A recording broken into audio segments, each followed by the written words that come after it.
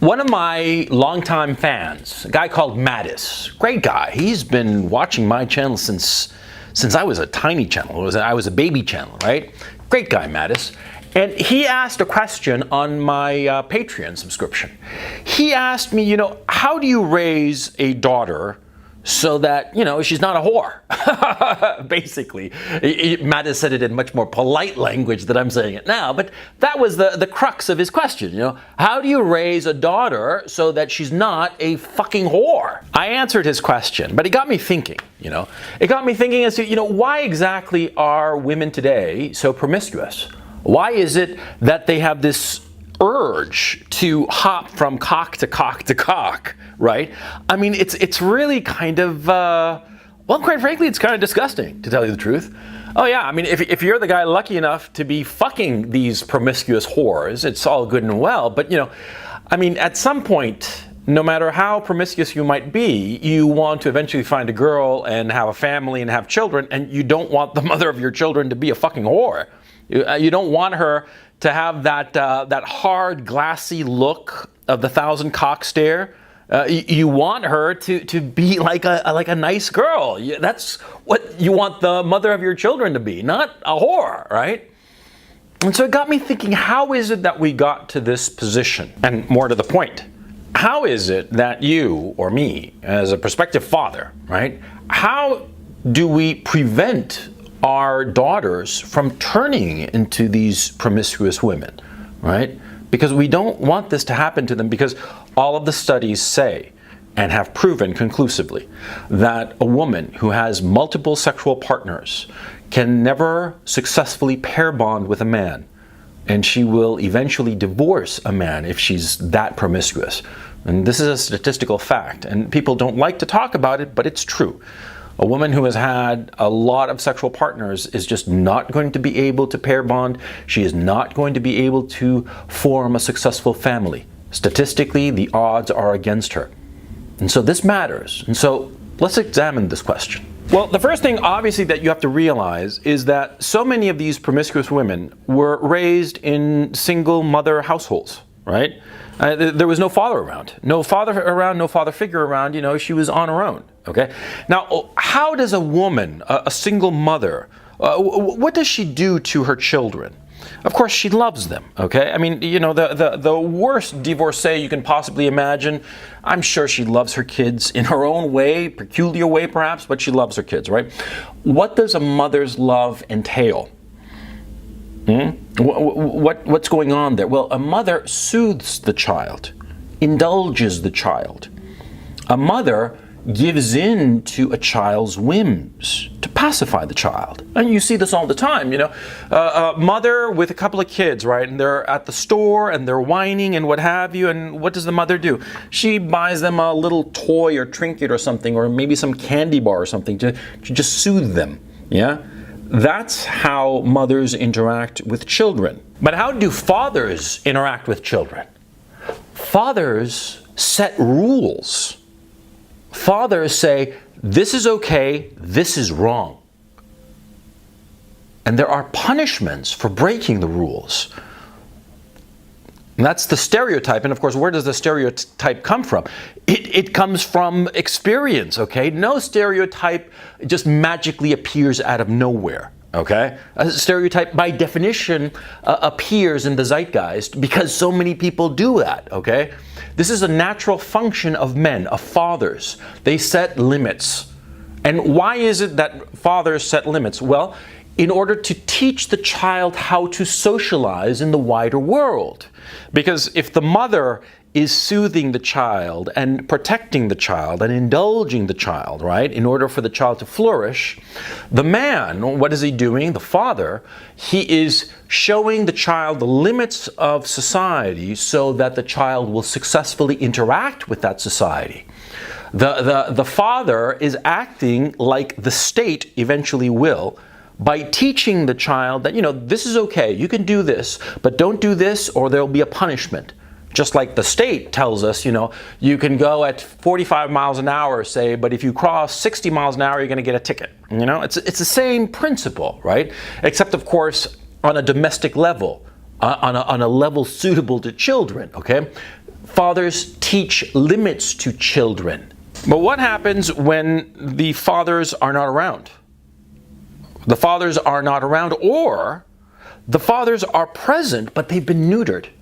They've been told that they cannot punish the child, that they cannot spank the child because that's abuse, They can't even, say a cross word to the child because that's abuse, right?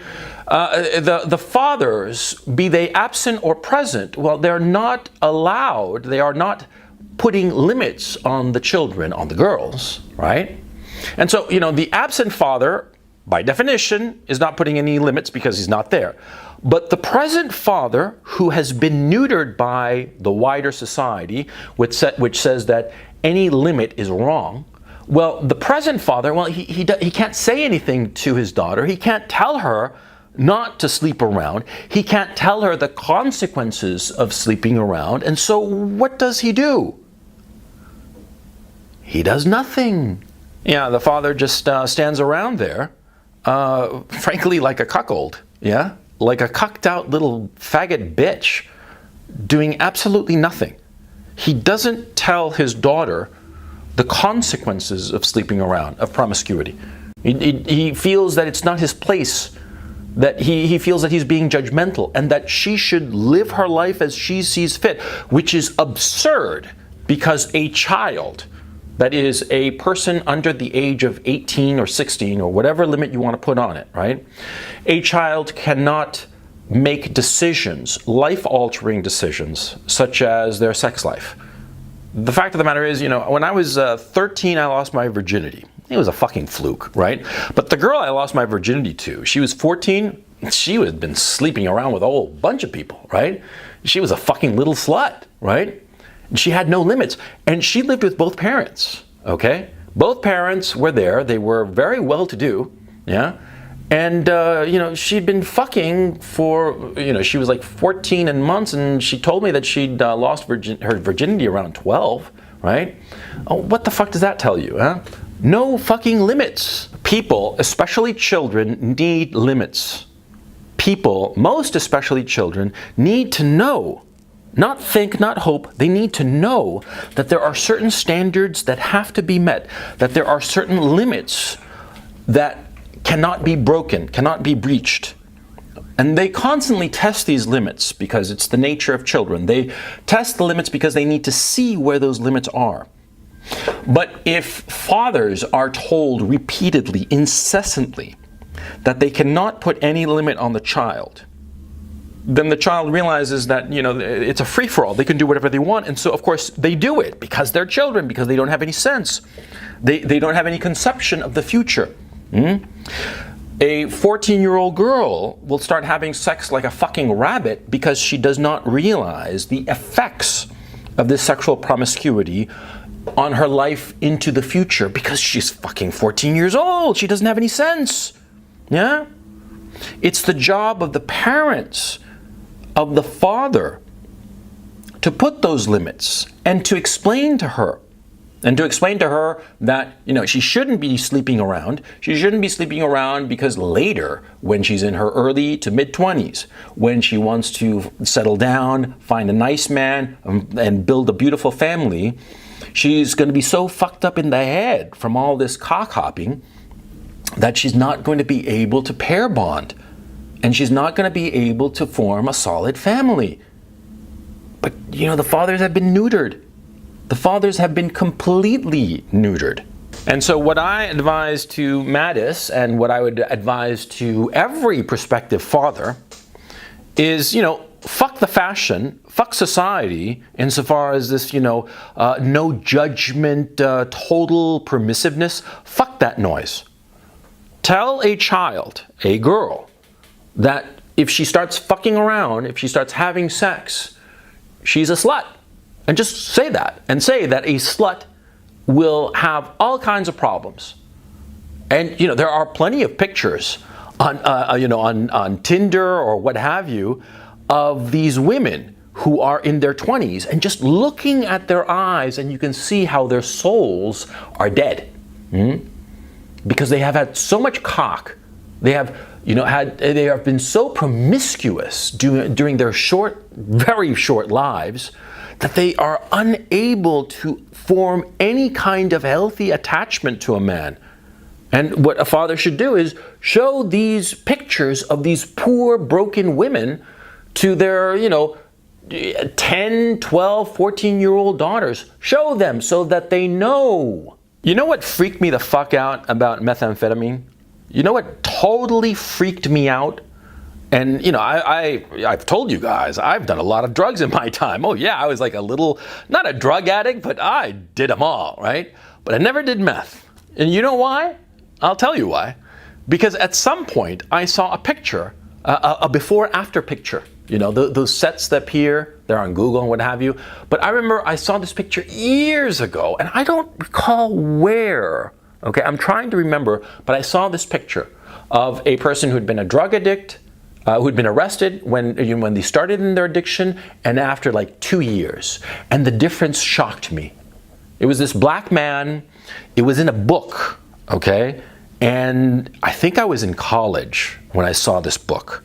And I remember looking at that picture, staring at it. I forget the context of how I came across this book or anything like that, but the picture is seared in my head. In the first picture, or the picture on my left, the guy looked, healthy enough. And in the second picture, he looked like he'd aged 3-4 decades. He looked horrifying, yeah? And it said in the caption beneath, it said, just 2 years of drug addiction on methamphetamine. And I was like, holy fucking shit. After that, I never wanted to try meth. Never. And I thought to myself, man, I want to stay the fuck away from that drug. Because shrooms and acid and pot and maybe a little coke, that's all good and fine. But this shit, no fucking way. I want nothing to do with this shit. I've never had anything to do with that just because of that picture. That picture had such an impact on me because that's how young people are, You tell them something, it's going to go through one ear out the other, right? But you show them a picture, you show them the effects, and they will never forget it. You're a father to a daughter, you love your daughter, you want her to grow up right, you want her to have a happy relationship with her husband and have lots of happy, healthy kids. Well, then you show her. Yeah. You show her what happens to promiscuous women. Yeah. You show her in pictures, you show her, you point that out, and you tell her that you will be disappointed in her if she starts acting promiscuously, if she starts sleeping around, sleeping around willy-nilly just as an entertainment. Because sex is not a fucking video game. Sex is not an entertainment. It's not like going to the movies or something like that. For men, it has relatively little effect on his psyche. One more sexual partner, it doesn't really do much. And the fact of the matter is, a guy who's had a lot of sexual partners, he has a certain gravitas. And we all recognize it, yeah? We all know that guy who's just fucked around. He's got a lot of notches on his belt, right? We can just, almost smell it on the guy. Just one look and we know, right? Yeah. And with a girl, it's the same thing, only it's negative. See? Because a guy who's fucked a lot of pussy, you can tell he's a pussy slayer and he looks cool. He looks with gravitas, but a woman looks used up. She looks like a whore.